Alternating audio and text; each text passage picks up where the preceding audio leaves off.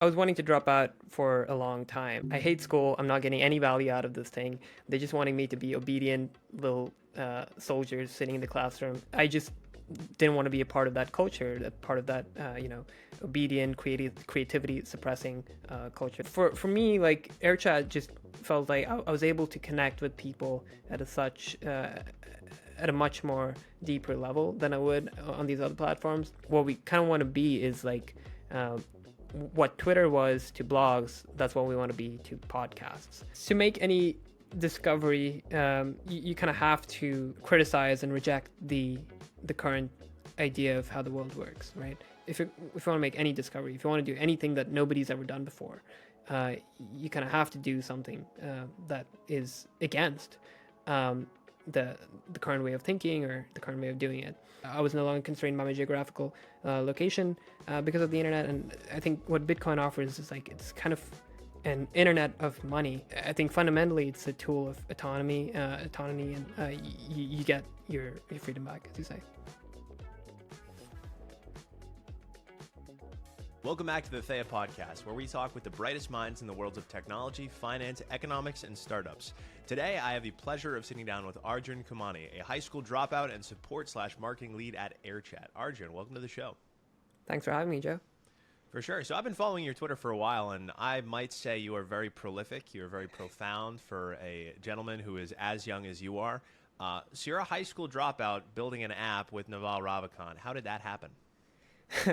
So the dropping out thing happened after I joined AirChat, which is Naval's company, Naval and Brian Norgard. So I was, I was obviously posting a lot on Twitter, and I had my own blog and podcast, still have them.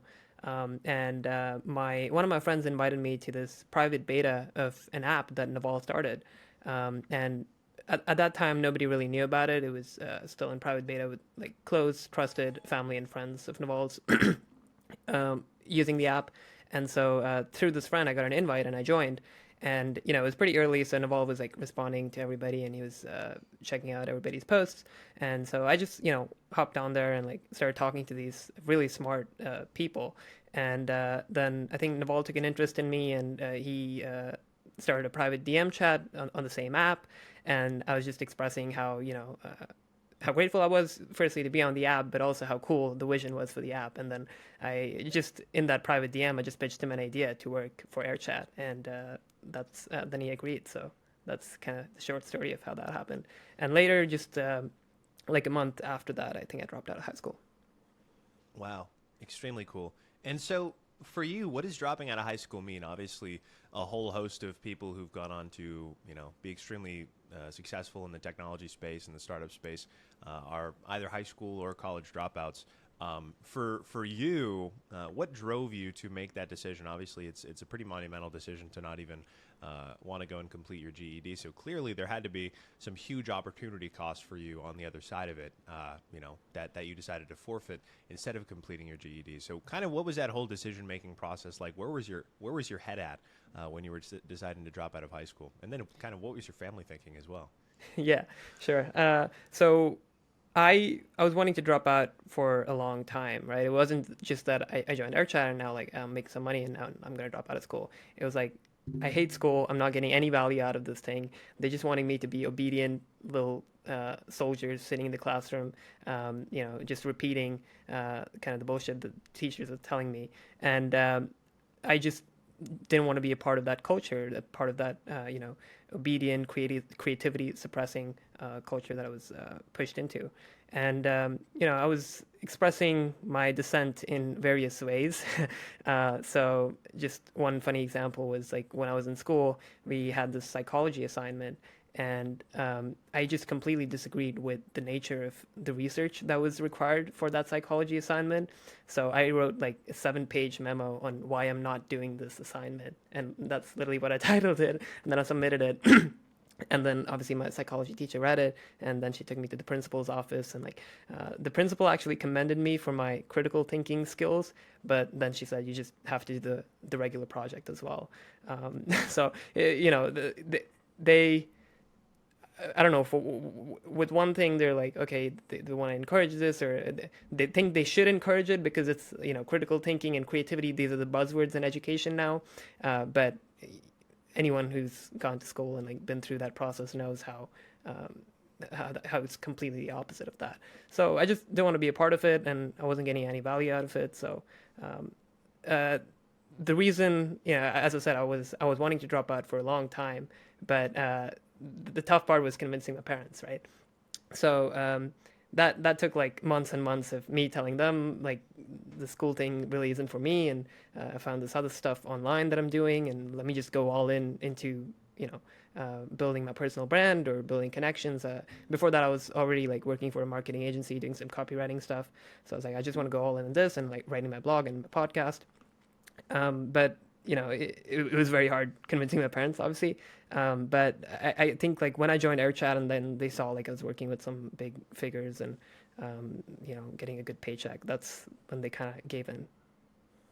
Yeah, absolutely. I mean, it certainly helps to see you doing the actual work and have something tangible, and knowing that you're not just dropping out of high school to go, play hooky, dropping out of high school for the sake of it, but because you actually have something really worthwhile on the other side that you have to chase. That's awesome, man. I commend you for that. It certainly takes a lot to be able to, go that path. Obviously, some people will, decide that they don't want to go to college, but dropping out of high school for something, it takes a lot of courage and a lot of guts, and so I commend you for that. So, I have AirChat. I have not said anything on the app personally. I have scrolled, I have listened, so I've kind of been a butterfly on the wall for quite some time. I've had it for 6, 7 months. It's really cool. And so I want you to explain to the listeners, what is AirChat? The app slogan is Just Talk. It's an audio-first social network. How is it different from existing social platforms, and how is it disruptive in the space? Yeah, so let me take it one by one. What is AirChat? We've gone through many iterations, and I don't know if you know, but the idea for AirChat came about like 5 years ago now. I only joined the team 1.5 years ago when that was when like things really started to uh, pick up pace, and we constantly iterating and building the product.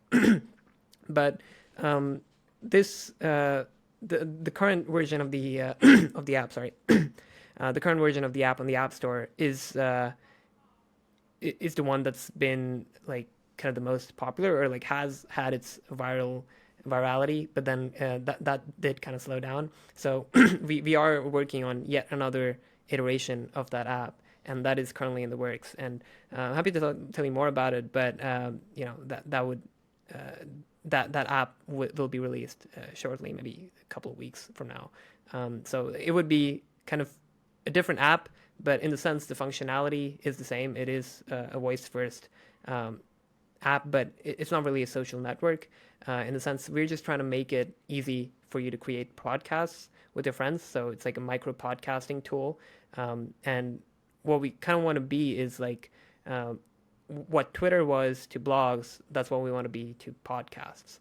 So Twitter basically made everybody a micro blogger, right? You could just spin up. People would write these 10,000 word blogs, and then people would read them.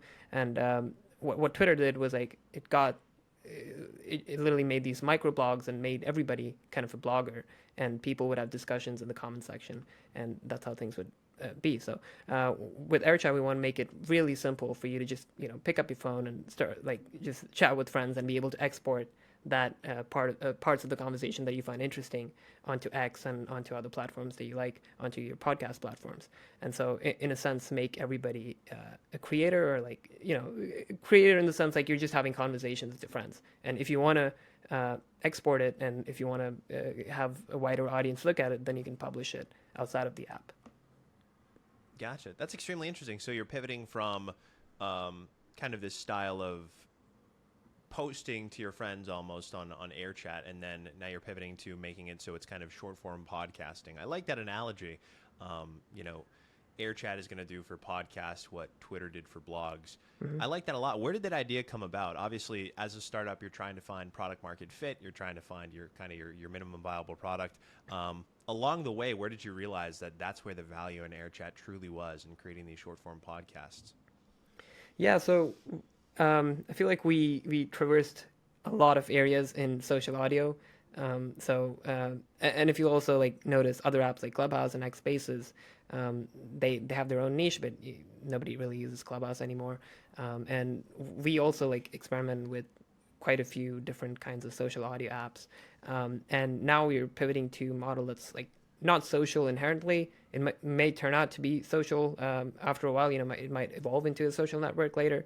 But we're starting out as a tool, basically as a utility tool, just for you to create podcasts. And I think that's where like kind of the world is heading, right? People are, I don't know, I don't know if it's true. Like people have been saying that people have low attention spans, or like um, they're distracted more than ever. But I recently saw this post where it was just a picture of everybody reading books on a train, just engrossed in their books entirely, kind of like today people are on their phones. And the caption was, "Not a single person living in the moment. Everybody just reading the goddamn books." And so there's a lot of pessimism to this idea that humans are just like driven by these algorithms. And I think to some extent that's true, but whenever you're doing that, you're always choosing to participate in that algorithm, right? There's many people who don't have access to phones, or they choose not to use their phones altogether. So, but we think these podcasts, like podcast snippets, are just a great way to get some instant value, right? And we go on these podcasts, and I tend to ramble a bit, but there's a lot of people who tend to ramble. And with AirChat, it's like you just record an audio message, and you can record it anytime you want, right? And you can delete it if it's not that great, and you can re-record it. And so that I feel like that quality is inherently much higher, because it's asynchronous, right? It's not live on the spot where you have to block a time on your calendar, and then you have to if you mess up something, you can't really edit it very easily. So we just wanted to make podcasting effortless. Make podcasting effortless. And I love that notion, because you're taking the best parts of podcasting from a creation standpoint and a consumption standpoint, and then you're making it so you could just do that. You're cutting out all the fat. Most people don't like listening to all of the pleasantries at the start of a podcast and listening about 3/4 of the way in to where the meat and potatoes is and that really good soundbite is. And if you are, so that's from the listener side of things. And then if you're the creator side of things, chances are you think of these things while you're just walking around, right? You're having a walk, you're out and about, you're reading your book, and you want to say something, but maybe Twitter isn't the best medium to do it, right? Writing won't get your point across. You need to speak it, and so you don't have any kind of podcast yet. You could fire up the camera and then film something and then post it, but that'd be strange. And so having a medium where you could film that podcast soundbite, put it out to people who love listening to that kind of short form content, I think that is an absolutely excellent idea. Yeah, appreciate that. That's kind of exactly the thinking towards it. Absolutely, yeah. Cutting out the fat, making it the best part of podcasting. Very cool. So one thing I am wondering, because I know people certainly portray themselves differently across, say, Instagram and Twitter, or Twitter and Facebook, right? You want to look a certain way for your family and friends who may be following you on Facebook, and then another way for Instagram, where maybe you're trying to attract people to your profile or build a personal brand, and then maybe a different way on Twitter where you're trying to do something else entirely and be a little bit more intellectual. Have you noticed differences, kind of, been having used AirChat for so long, having been on the ground, seeing people, kind of learn how to use this thing? Have you noticed any differences in the way that people portray themselves over AirChat, right, this audio first medium, compared to a text or image based one like Twitter or Instagram? Oh yes, definitely. I feel like it's just so much more authentic and intimate when it is voice based. Instagram just feels like signaling to me. You're posting a picture, and you're trying to convey some information. Maybe it's different. You have different motives. People might just want to be posting updates for their family or for their friends, or sometimes I don't know, attract the opposite sex. But for me, like AirChat just felt like I was able to connect with people at a much more deeper level than I would on these other platforms. And don't get me wrong, like I've made great friends through Twitter and through X. Like the fact that we're having this conversation, we met on X, and I met so many of my X friends in real life, and it's been amazing. But with AirChat, it just gets you this immediate connection with the other person, which I really haven't seen on any other platform. And the ability to jump in and talk to that person and reply to that person, I think is kind of magical. Like you're on this other platform and somebody has posted an image, but all you can do is comment on that image. It really isn't that authentic. You can slide into the DMs, but again, it's text based. But when you leave a voice note, I think it's much more intimate. So I definitely see a lot of differences. And when you're just texting, it's way easier um, to say things that you would text, but you wouldn't otherwise say, right? So people are often like very aggressive in text, especially in political discussions, but they normally wouldn't say that to a person, or even if like it's asynchronous, like they wouldn't say that in a post. So I've definitely seen like really really stark differences. Absolutely. And I think if we're talking about the most human form of social media that humanity could probably coalesce around, we'd want to be minimizing the gap between what people actually are and the way that they portray themselves, in the way that they Mm-hmm. communicate. And I think through doing voice notes, that authenticity naturally comes to the fore because it's a lot easier to be fake when it's just an image and a Yeah. caption that comes with it. It's a little bit more difficult to be fake when it's text based or you're doing videos that are edited. And it's extremely difficult to be fake when you're doing audio based. Because it's so intimate, it's in the moment. You kind of have to portray yourself the way that you are, and I think that makes for a much more fruitful discussion, but also for a social platform that is probably closest to an approximation of how we communicate in real life, which I think is probably the best that social media can possibly get. Just a one-to-one reflection of the way people communicate, and the only difference is that you can now do it at any distance instead of there also being other variables about people like not being authentic. Yeah, totally agree. It does feel like almost real life, and when it's like almost immediate conversations, I just posted a message and then I get the reply back, and especially when it's like they mention my name. I don't know. There's just something about like somebody speaking my name right in their own accents in their own ways. Like that's just kind of beautiful to hear that. And whenever I get that notification with my name, I'm like somebody mentioned me. I'm like okay, I click on it, and it's kind of beautiful. Absolutely. It's extremely cool. Well, I'm excited to continue tracking and watching the development of it. I know I'll certainly be downloading the new and updated app when it comes out. I want to shift into something you tweeted 2 days ago that I really like and I really appreciate. You tweeted, people who say it cannot be done should not interrupt those who are doing it. And it was in reference to an article saying that man will never colonize Mars. Elon Musk is never going to colonize Mars. I want to ask you, because this has been a trope since the dawn of time, kind of people sitting up in the bleachers who are criticizing and throwing tomatoes at the man in the arena, right? The guy who's actually doing things and building things and creating. What would you say is the key difference between the man in the arena, right? Someone who's building things like Elon Musk and someone who's filling the bleachers, right? The tens of thousands of people, hundreds of thousands of people who are filling the bleachers, and the handful of people who are actually building things. What do you think the key differences between those two types of people are? Yeah, I mean, talk is cheap, right? You can say whatever you want, but ultimately, if you're not doing something, then you just like wasting time. But I don't think there's any fundamental difference that people sitting in the bleachers are like they don't have a fundamental difference where um, it isn't that they can't be like the people in the arena. Um, I think it's just like some some ideas that they have that that might kind of te- tend them to be in a certain way or like to be on the sidelines. They might think like, oh, if you're just like wanting to control these things or to transform the Earth and to transform the Mars, that's inherently a bad thing. So I mean, if you think something is bad, then obviously you're not.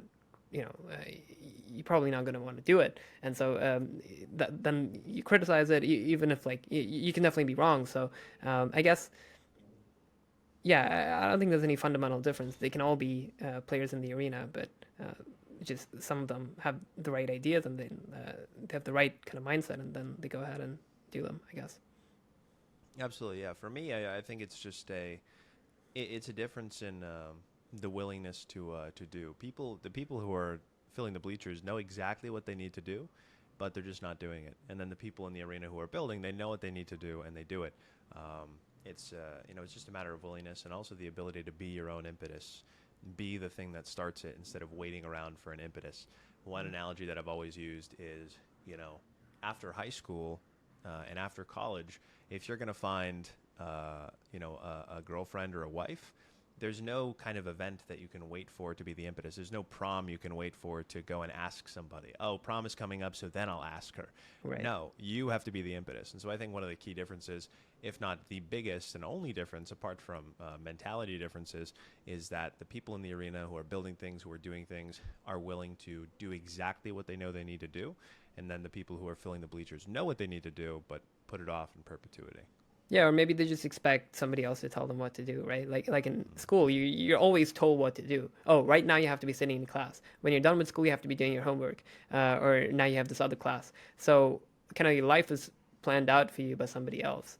But now, like when you're an adult and like people expect you to be kind of taking agency for your life and doing stuff on your own, you're like, okay, well, what do I do? Like, maybe I'll just do this college thing because everybody's doing it, and then go into a job because that's what people do and that's what people have been doing. So, yeah, I guess it takes agency to, to figure out what you want to do and go ahead and do it, and not be swayed away by what other people think is interesting, but following your own genuine interests. Absolutely. So one of the topics that you talk about quite frequently, you repost a lot of stuff from Javier Milei. Clearly you are of the Austrian school of economics, and so I applaud you for that. The only real school of economics. The other one is a school of communism. It's not Austrian economics; it's just economics. That's exactly right. It's just economics, and then they're the other guys, we call them. So we have one presidential candidate here in the United States, Kamala Harris, whose platform largely revolves around price controls. I'm sure you've seen a few of the things that she's said. She's not only talking about price controls for grocery stores, but also price controls for landlords. This is invariably, everywhere this has been tried, it leads to capital flight. All of the businesses leave the country. Nobody wants to operate businesses there anymore. And then all of a sudden, because of the political environment, the economy that you had that people could go and participate in is now basically zero. There's no economic growth, if any economic activity.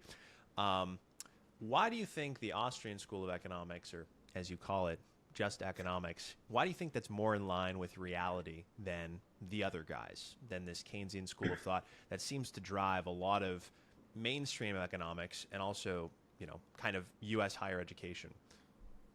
Yeah, that's an interesting question. I'm not really sure of the history of these ideas. I haven't looked that much into the history, but I think the more interesting question is that why, even centuries after these Keynesian ideas and other schools of economics as ideas have been brutally refuted by the Austrians, why is it that economic illiteracy is still so prevalent in the world, right?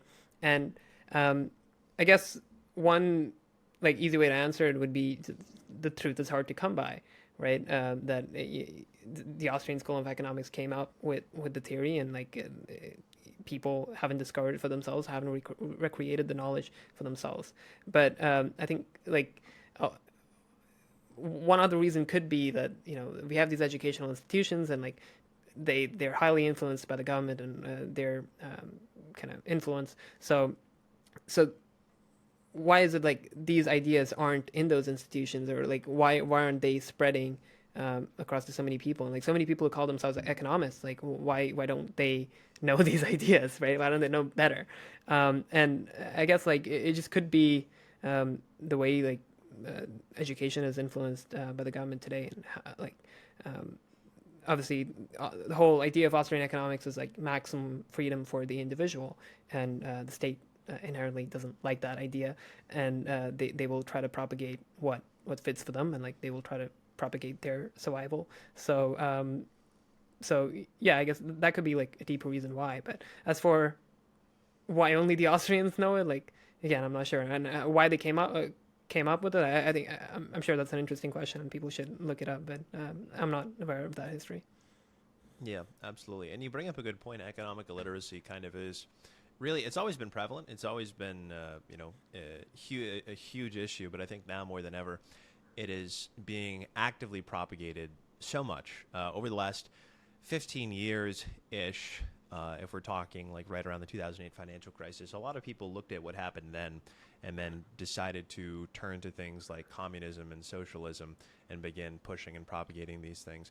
And I think largely the reason for economic illiteracy is because it makes the will of the people yield more so onto government than to, them wanting to hold on to it themselves. If the economic school of thought is that all problems can be fixed by the government, then you drive the individuals to vote to grant that government more power, right? And so it just makes their job easier. If every single institution of higher education, rather than propagating economic realities, right, it makes it much easier if you can convince everybody that the government is a necessity in order to make the world go around, and they should be the central planner. They should be arbitrarily setting the cost of capital rather than, the capital allocators themselves. And they should dictate all of that. They should dictate prices rather than the free market. And for me, where my head has always been at with this, why economic literacy is so prevalent is because it makes it easier to turn people into good little cattle. And in the same way that you said, the difference between the men in the arena and the people in the bleachers is the people in the bleachers, right? They've gone their entire lives just doing what everyone else is doing, just following the next step. All they know is being told what to do. And so it all fits. It all fits. By pushing the Keynesian school of economic thought, you're driving people to want the government to kind of steer the direction of everything, of markets, of the economy, of their own lives. It fits perfectly for a populace who's been used to that since birth. I don't know what your general thoughts on that are, if you have any other ideas about why economic literacy is so prevalent. Yeah, I think that's right. I made another tweet where it said it was, it was for people who hate capitalism. It said, people who hate capitalism, do you hate the part where you can't control others, or the part where now you have to figure out what you want to do with your life, right? Because there's like two options. With capitalism, okay, with free markets and respect of private property, you can't control and dictate what others should do. But now you have to, take agency of your own life, and to nobody's going to make choices for you, and nobody's going to give you free money. There's no such thing as free money. Somebody's paying for it in the end of the day. At the end of the day, yeah, I think I totally agree with that. As for maybe what you could do with Kamala Harris, she's also explicitly pointed out that she wants equality of outcome. Like, I don't know if you've seen those videos of hers. She's like, oh, what we want is like, we have to recognize that people don't have equal opportunities from birth. So what we want to do is that we want to make sure that everybody ends up at the same place together. And equality of outcome is one of the most dangerous ideas that humans have ever invented. And she's like an explicit proponent of it, which is preposterous. And that's definitely not going to lead to a good place, I'm sure.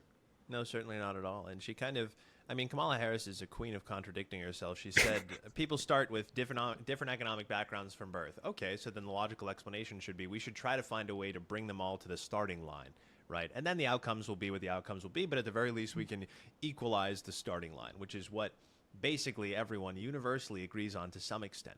But then she goes on to contradict herself and say, therefore, everyone should have the same outcome. No, that doesn't make any sense based on the first clause of your sentence, right? But she's wildly economically illiterate. I think she is the very first byproduct of all of this extreme propaganda that we've introduced into the schooling system over the last many decades. And also the fact that she is basically neck and neck with Donald Trump. I understand people don't like the guy for various reasons, but the fact that this woman is basically 50-50 split with Donald Trump to win the presidency, and not a coherent sentence has been strung together by her. It is truly baffling, and it does speak to this whole idea of people being, people wanting to be told what to do, wanting to be told what to think. The fact that this person has any support behind her whatsoever. Right, and they keep moving the goalposts, right? I posted this other post yesterday that it was actually a quote from Ayn Rand, and she said, socialists said that, okay, in with our system, everybody will have affordable shoes, and we will make shoes so cheap and so nice that everybody will be able to afford them. And obviously that system failed, and people, people they failed to produce shoes, and then they changed the goalpost and said, "Oh no, socialism is still superior because it's better to to walk barefoot, right? So you don't need shoes at all." So yeah, they keep changing the goalposts, and they I guess how do you hit the target, and like you just change the goalpost, and then whatever spot you've hit, you just paint the post around that target. So it's weird. Absolutely. So, higher education has inarguably failed our students. If there are hundreds of thousands of people, millions of people who are coming out of these universities every single year who believe these ideas wholeheartedly, there's no argument against the fact that university has failed our students, public education has failed our students. I believe a huge part of this has to do with the central planning component of what we do here in the United States, guaranteeing student loans. That is grossly misallocated human capital. Students who don't need specialized education are pushed into college, and in doing so, apart from doctors, lawyers, engineers, there really isn't anybody who needs to go to school in order to figure out what to do. If you want to start a business, you don't need to become a business major. You can start a business, right? It doesn't take a lot of specialized education, and if it does, every book is free if you know where to look on the internet, and information is free and abundant. And so in doing so, universities today, to me, act less like places of education and more places of programming for the regime, for the people who seek to control us. What are your thoughts on college being less of a place of education, a place where the best and brightest come, to a place of programming? Would you agree with that? Oh yeah, entirely. I think, as you said, everything's online. All the knowledge of the internet, like this is even better than the Library of Alexandria, right? Which is portrayed as such a magnificent place and time to be alive in. But the reality is, there's never been a better time to be alive than right now. And if you want to learn anything, you can just go online, and even like top colleges like Yale University, Yale and Harvard, MIT, they all have free online courses. So you can literally get all the knowledge that you want online for free. And so I guess like what people really go to college for is that credential, right? But more and more we're seeing that like you don't really need credentials in this new world, and things like your X account can literally be a resume, right? So there's differences of different kind of employers, but I don't know the exact statistics on this, but not a lot of people care about the traditional sense of like, okay, you graduated from a great college, and people would. I think now, like at least in the Silicon Valley startup space, or but it's also growing in more places in the world, they would much more appreciate like a dropout from Harvard or Stanford than like somebody's actually gone through the entire education, as you say, programmed by the regime. Um, so, yeah, I mean, um, I don't know. Like Naval has this great question, and he says like, if you didn't get the credential, would you still go to college? If you didn't get the degree, would you still go to college? And I guess most people would say no. You can literally get all the other stuff online for free. So I don't know if they'd be motivated to study when there's nobody telling them to learn these things, but or if there isn't a threat of like failing their grade. But perhaps they will be, and perhaps they'll just follow their own interests rather than like somebody else telling them what they should study. And I think that's much more fruitful than anyone like you doing something that you don't want to, but somebody else is telling you to do. Absolutely. Information is free and abundant. If not for the credential that came at the end of the tunnel with college, the majority of people would not be going. And you're exactly right.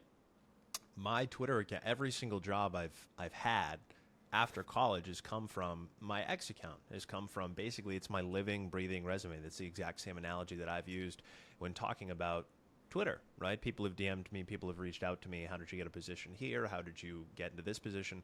And every single time, invariably, I say, just talk about what you can do, talk about what can add value and bring value to the table for free through your Twitter account and through other mediums and creating a personal brand. And then you'll land where you need to, right? I think that is the way forward. That is the way of the world, is colleges and universities become increasingly less useful as an actual sorting mechanism for who knows their stuff and who doesn't. I think the greatest barometer the sole barometer in the world that we're moving into for whether or not somebody is capable is what they have done, right? Not what they have learned or the school that they went to, but what they are done. That is the most accurate measure of capability as we move into a world where college becomes less useful and information becomes free and abundant. Would you agree with that? Yeah, exactly. If you're a coder, right, you get a profile. If you're a writer, maybe your X profile or your blog, Substack, whatever. So there's like so many outlets that people can just like do a Google search for, and they can literally know whatever there is to know about you in terms of like a public image and stuff. So that's, I think, that's kind of my idea of the future of resumes, going to these profiles and like what you've actually achieved and proof of that achievement rather than like just these stamps of authority. Absolutely. So we talked about high school briefly. I've seen you tweet a few times about your stance on schooling, and you seem to wish there was way less of it, if any at all. You've talked a little bit about why that is, right? The aspect of them being controlling and not necessarily being a breeding ground for creativity, which I agree with. But what's your stance on schooling? Do you think we should have less of it, no schooling at all? And in its place, what should take its place, if anything? Yeah, fundamentally, I think what we want is voluntarism. So children should have a choice of whether they want to go to school or not. And I guess just naturally, if children decide they don't want to go to school, and I think like the vast majority of people, children, would not want to go to school. Like if you ever, if there's a rainy day outside and it's like really heavily raining here, so that's often the case in Mumbai. When that happens, and my sister has to skip school because school is shut that day. Like you should see the joy in her face, right? She did not want to go to school, and she's so happy that okay, I don't have to go to school one day. So I think that's the case with a lot of kids. So they're just like kind of told to go there, and they don't feel like there is this other option. But I guess if they were given another option, and they were given an option to do something outside of school, I think they would invariably pick that option. So that's like kind of a fundamental philosophy that it should flow with the kids' idea, and not like some authority's idea or their parents' idea that okay, you need to go to school and you need to study these subjects. So that's like kind of my case for school or against school. Gotcha. Fantastic. And so in that sense, because I think a lot of what people are immediately wondering when they hear about that idea is how would they learn? Where would they learn? We've grown very used to this idea of learning can only take place in the classroom, particularly people who that's all they know. And so I guess this is your chance to tell people who may be asking that question to you, without school, where would kids learn? Yeah, I feel like the same people who kind of say that would also believe if the government mandated walking lessons for children after 6 months, that if you don't send your kid to that walking lesson, then they'll never learn how to walk. Learning is like the most like that's kind of like what we've been put on this planet to do. Like we naturally create knowledge, like as naturally as a baby sucks mother's milk.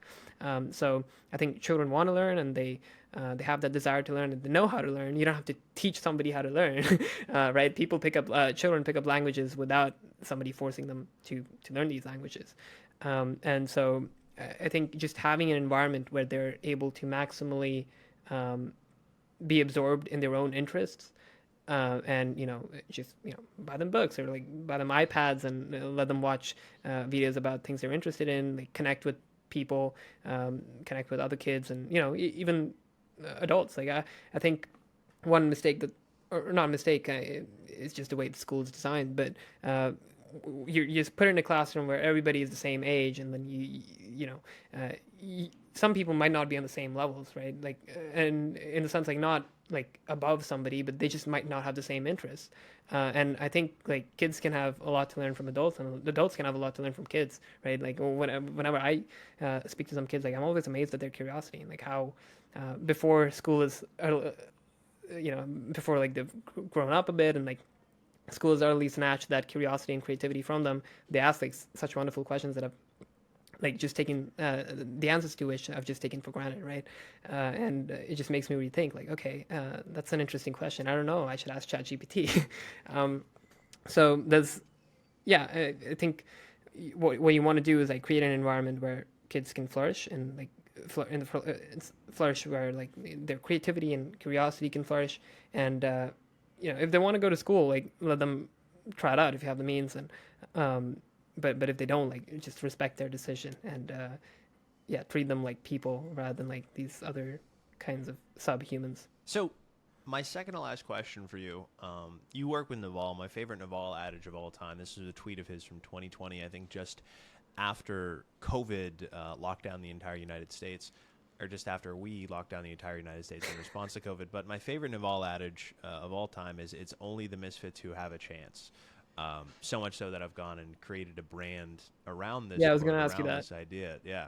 And so I'd like to see your interpretation of this quote, of what this quote means, and if you can apply it to yourself.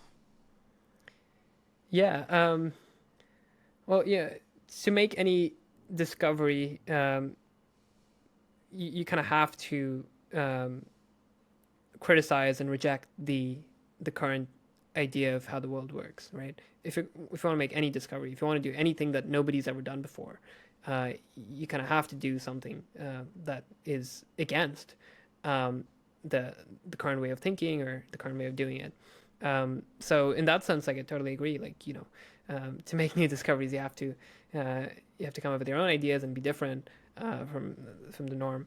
Um, but it is interesting. Like I saw this Peter Thiel into speech where he said it is weird that how a lot of great startups in Silicon Valley are run by people who are slightly on the autistic spectrum, and he says like we should always turn this fact around and view it as an indictment of our whole society, that somebody who doesn't have good social skills and won't have the kind of the capacity for his ideas to be extinguished by these people.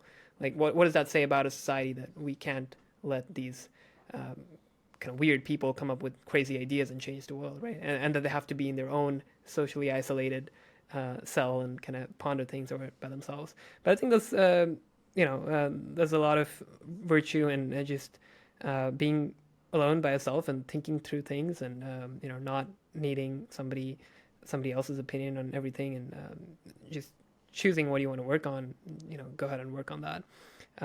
So yeah, I don't think I ever fit in school or like with any kind of group. The best conversations that I had were always one on one or with just a very small group of people, like one or two people max. I realized like when there's a group around, and like especially in school, like there's just a lot of similar kind of thinking, and people are not themselves when they're speaking in the groups. But when I was speaking to them like one by one, they were like completely different than they were in how we interacted with as groups. So that was like an interesting observation in school. But yeah, I was like, I was always like trying to get connected with people, but I just found that nobody really shared my ideas in school. So I did try to convince people that this shit sucks. Like you should consider dropping out. Like follow your interests. You have this other great interest in painting and art. You should go ahead and pursue that. Like why are you studying all this? But I don't really have great connections. But thankfully with the internet, like I could reach. I was not no longer constrained by my geographical boundary, and so I could reach like people who were who could think more like me, and I made friends through the internet, and then I met those friends in real life, which is incredible. So, that it is you kind of have to find your people in a sense, and the easiest way to do that is to utterly be yourself. That's how you find the right people for you. Because if you're always putting on a socially acceptable mask, you're signaling the wrong thing to people, and you're attracting the wrong kind of people into your life. Because you're not being yourself, and so people will think, oh, this guy is a certain way, and kind of the wrong people for you will think, oh, okay, this guy shares my interests, or I think he shares my interests, so then you'll go with them. But when you're just being yourself, you are discouraging all those people who are wrong for you from interacting with you, but you are also like signaling this beacon to attract people who you're likely to be friends with. Absolutely. By leaning into who you actually are rather than trying to fit into a box, in the short term it's uncomfortable, But in Yeah. the long term, I like the way that you said it. You're setting out this beacon, right, to attract your own tribe. And I think that's where a lot of the utility of social platforms like X and like AirChat come in. The final question I have for you, talking about Bitcoin, obviously Theya is a Bitcoin company. I have a block clock behind me. I have the Bitcoin white paper, which is ironically not on a white paper. It's on a black paper behind me on my other shoulder. And Dark so mode is the way. exactly. That's exactly right. That's why I chose that color. So talk about Bitcoin as a tool for human freedom. Obviously, a lot of this podcast has revolved around the notion of tyranny of free market capitalism. We've touched on that pretty heavily. And so talk about Bitcoin as a tool for human freedom. It's given unconfiscatable property rights to 8 billion people, liberating people, from the money printer. What's your pitch to the people about, how Bitcoin is a tool of human freedom and why a zero allocation to Bitcoin is probably a very dangerous position to be in over the next several years? Yeah, it's always hard to boil it down to just one thing, because people will come to Bitcoin or to these cryptocurrencies with different ideas about them, different preconceptions, and I think one thing that's really useful is that not looking at the price level and the price volatility, especially if you're coming into Bitcoin, but really focusing on the technology and how important that is. And as you say, it's a way for humans to get their freedom back. And on the gold standard, we were sort of it wasn't perfect in many ways, but now Bitcoin is everything that gold was, but so much better with the current technology. So I think again, it's hard to pinpoint on just what's one thing that would convince you about Bitcoin, but I forget who wrote that book, but I was reading it recently, and yeah, I'm blanking on the name right now, but it was a book called The Internet of Money, and he talks about how Bitcoin is the internet of money, and what the internet allowed you was you could just log on to the internet and you post something without censorship, and anybody could see it, and kind of the freedom that it unlocked, and we've been talking about how it sort of broadened my horizon, and I was no longer constrained by my geographical location because of the internet. And I think what Bitcoin offers is it's kind of an internet of money where you're in control, and nobody else is controlling how you're spending your money, and how your money is being inflated away. Obviously, there's going to be price action, price differences, but I think fundamentally it's a tool of autonomy, and you get your freedom back, as you say. Fantastic. I love the way that you position that in the same way that the internet eliminates that geographical difference. Bitcoin being a global form of money that anyone anywhere can use also eliminates that kind of geographical or it closes that geographical arbitrage of somebody having an advantage by living in the United States versus say living where you are out in Mumbai, or someone in the on the Horn of Africa or something like that. Fantastic answer. Arjun, thank you so much for coming on. This has been a wonderful conversation. I'm so happy that you were able to talk to a whole host of people. So many clippable moments throughout this entire episode. You were spitting fire, my friend.